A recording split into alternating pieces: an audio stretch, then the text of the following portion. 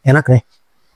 Kalau kalian sering ngikutin konten-konten di channel ini, tentu kalian semua menyadari bahwa gue tuh sering banget nolol-nololin orang. Dan itu menyebabkan gue menerima banyak sekali hujatan di masa-masa awal gue merintis channel YouTube ini. Banyak orang yang gak suka dengan cara pembawaan gue, dan banyak juga orang yang gak suka dengan kata-kata tolol yang sering gue tuturkan. Dan karena gue termasuk pria yang bermental lemah, yang gak tahan dengan segala bentuk hujatan dan kritik, yang selalu mendengarkan apa kata orang dan selalu berusaha menyenangkan semua orang, maka dari itu gue putuskan di konten ini gue akan tetap melakukannya. Karena gak ada kata yang lebih tepat selain tolol untuk menggambarkan tabiat warga Konoha yang gemar mengambil keuntungan dari musibah orang lain. Ada truk kecelakaan dijarah, ada kebakaran dijarah, ada kerusuhan dikit kesempatan buat nyolong. Kurang tolol apa coba? Tentu kalian pasti beberapa kali pernah dengar berita tentang sekumpulan orang tolol yang ketika ada musibah, misalkan truk terguling gitu, bukannya rame-rame nolongin tapi malah rame-rame nambah masalah. Beberapa waktu yang lalu di Tol Cipularang sempat ada berita tentang kecelakaan truk yang ngangkut kasur. Jadi truknya keguling dan muatannya berantakan. Dan seperti biasa warga miskin tolol di sana rame-rame mengerumuni truk yang lagi kena musibah itu. Dan bukan untuk ngebantu pastinya, tapi untuk ngejarah kasur yang diangkut. Kebayang nggak? Jadi masalah atau resiko pekerjaan seorang supir truk itu bukan cuma kendala teknis di kendaraannya atau kecelakaan atau faktor-faktor yang tidak bisa mereka kendalikan. Tapi ketololan warga miskin goblok Konoha ini juga jadi resiko yang cukup besar bagi mereka. Karena ketika mereka mengalami kecelakaan, kesialan mereka nggak berhenti sampai di kecelakaan itu aja. Tapi apa yang terjadi selanjutnya itu lebih miris. Bayangin lu lagi kena musibah nih, barang lu tiba-tiba diambil di depan mata lu. Kurang sedih apa coba? Awal tahun 2025 kemarin juga sempat ada insiden yang dialami oleh sebuah truk yang ngangkut duren. Kalau nggak salah lokasinya di Sumatera Utara. Jadi truknya ini mengalami kecelakaan, terguling, durennya kececer kemana-mana. Dan seperti biasa, tingkah laku klasik warga tolol Konoha, rame-rame ngepung truk itu bukan untuk membantu meringankan musibah itu loh, tapi justru kesempatan untuk nyolong. Dan bahkan beberapa di antara warga yang nyolong itu, mereka sampai rela pulang dulu ngambil karung biar mereka bisa menjarah lebih banyak. Dan mirisnya lagi teman-teman, yang dijarah bukan cuma durennya, bukan cuma muatan yang kececer doang. STNK mobil juga hilang.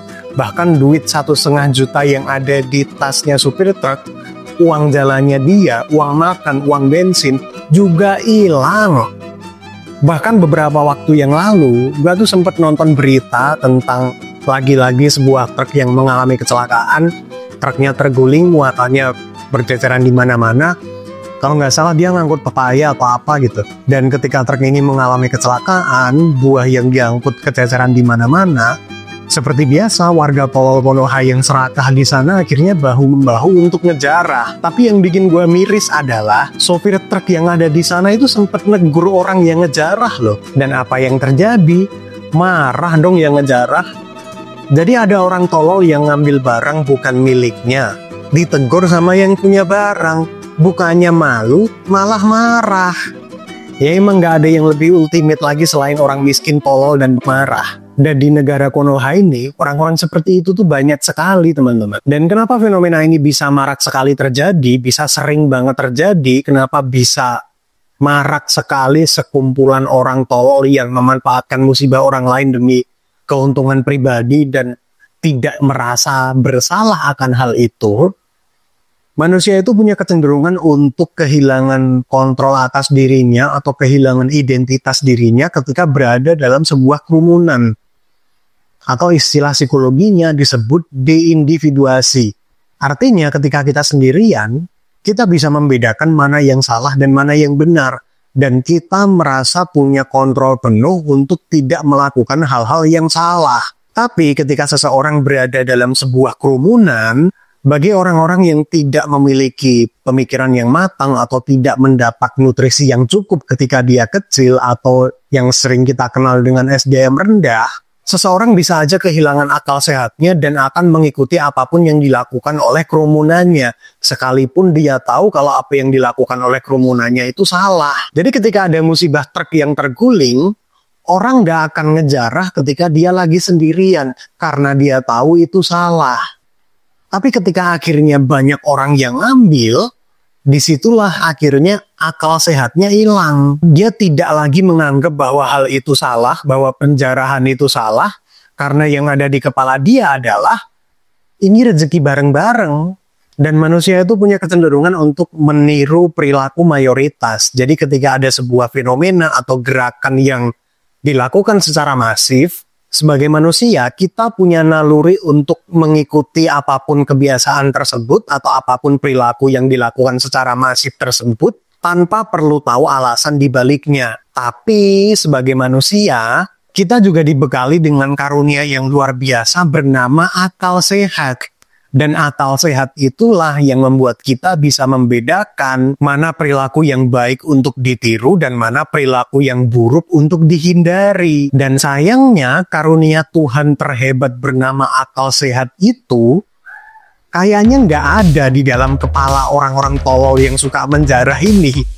Yang ada di pikiran mereka cuman kalau orang lain boleh berarti gue juga boleh. Kalau nggak ada yang mencegah berarti dipersilahkan. Makanya ketika ada berita-berita seperti ini dan ada salah satu warga yang ngejarah kemudian diwawancarai oleh wartawan, pasti jawabannya selalu apa? Saya cuma ikut-ikutan, saya nggak tahu siapa yang mulai. Jadi saya cuma ngikutin aja orang-orang pada ngambil, saya juga ngambil. Dan nggak ada yang larang. Jadi saya pikir boleh.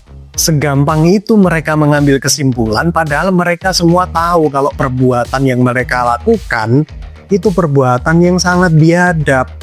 Jadi ketika ada musibah, mungkin awalnya yang nolong cuma dikit dengan anggapan bahwa kayaknya nggak apa-apa deh kalau ngambil cuma dikit, toh stoknya masih banyak kok. Gitu terus sampai akhirnya perilaku tolol ini dilihat oleh orang tolol yang lain yang akhirnya memunculkan pemikiran bahwa orang itu udah ngambil dan nggak ada yang nyegah. Berarti boleh dong. Akhirnya orang-orang tolol yang lain juga berbondong-bondong ikutan nyolong sampai akhirnya habislah barang bawaan dari sopir truk yang sedang kena musibah itu.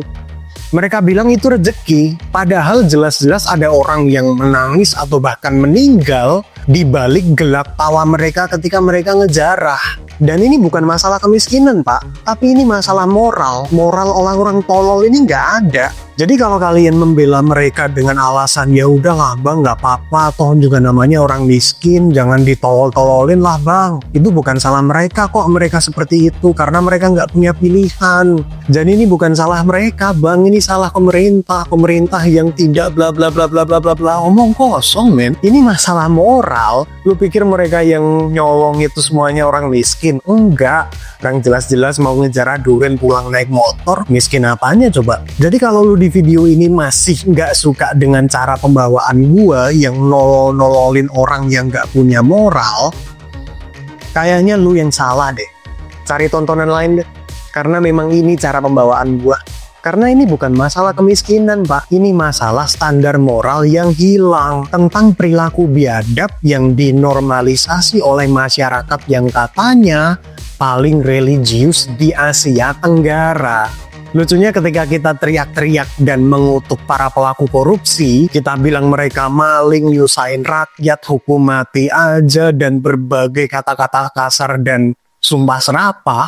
Ternyata sebagian dari masyarakat kita juga mencerminkan bahwa perilaku nyolong, perilaku maling memang sudah jadi budaya.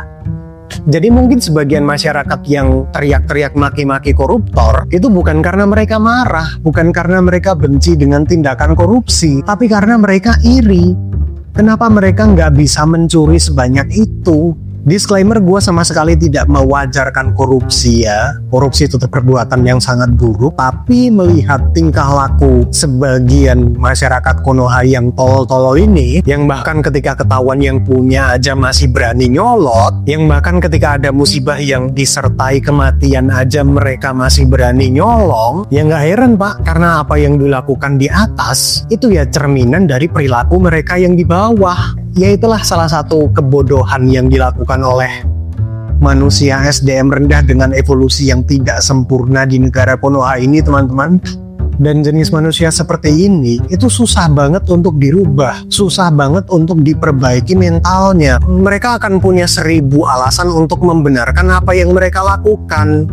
Dan ketika sudah terpojok, keluarlah jurus andalan mereka, yaitu marah-marah dan baku hantam. Jadi ketika kalian menemui situasi seperti ini, amit-amit di depan mata kalian ada truk yang terguling terus muatannya berjajaran di mana-mana gitu. Saran gue, jangan pernah mencoba untuk mencegah apa yang dilakukan oleh sekumpulan orang tolol yang mau menjarah kalau kalian sendirian. Bisa-bisa lu sendiri yang habis dihajar sama mereka, Pak. Karena orang tolol itu akalnya pendek. Jadi cukup sesimpel keluarin HP lu, rekam muka mereka sejelas mungkin, dan viralin. Upload di TikTok, Instagram, Twitter, atau YouTube. Siapa tahu rekaman kalian bisa berguna ketika si korban ingin memproses itu secara hukum. Kita nggak akan bisa melawan orang-orang seperti ini atau kebiasaan-kebiasaan tolol seperti ini secara head to head. Kita udah pasti kalah, karena orang bodoh itu senjatanya berantem, sementara orang pinter, atau nggak usah pinter deh, orang normal ngapain berantem. Jadi yang bisa kita lakukan adalah melawan kebiasaan seperti ini atau melawan perilaku-perilaku seperti ini dengan lebih cerdas tanpa membahayakan diri kita sendiri. Gitu. Oke teman-teman, mungkin segitu aja dari gua. Semoga bermanfaat dan sampai ketemu di video selanjutnya. See ya.